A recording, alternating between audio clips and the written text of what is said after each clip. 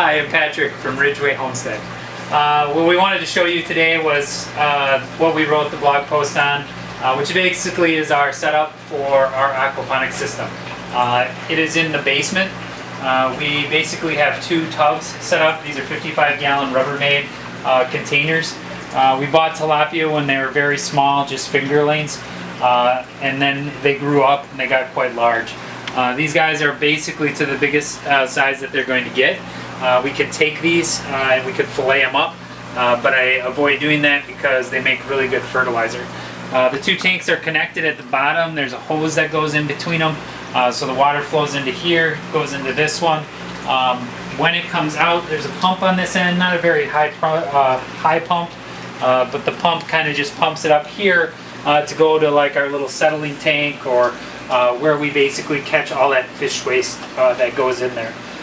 We are going to take that fish waste, put it into a 5-gallon bucket, and take it outside to our garden. Fish fertilizer is phenomenal for vegetables, so we'd like to do that. The settling in here just happens when the water swirls, and it just slowly kind of sits, so all the solids kind of fall into this cone shape down here. And so it's really easy to get all that fertilizer out, so we can use it in other places. We don't want that fertilizer or those solids getting in between our clay rocks, because our clay rocks need to have water flow between the clay rocks instead of getting all gummed up with fish waste. We like the fish waste, but we like to just use the ammonia from the fish waste in there.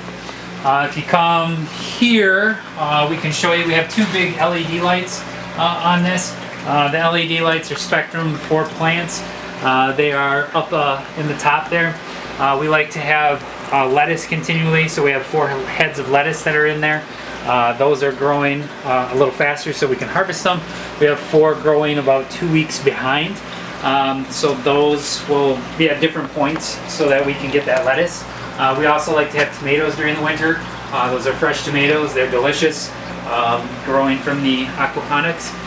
So we always have a constant source of aquaponic food. And it's a really interesting system, not a lot of maintenance, pretty easy to keep track of. It's down here in the basement, out of the way, and it just does a really good job. And we hope to one day probably sell lettuce if we get enough of it on a regular basis that, you know, customers could buy, or people that just need a fresh bag of lettuce at some point in time.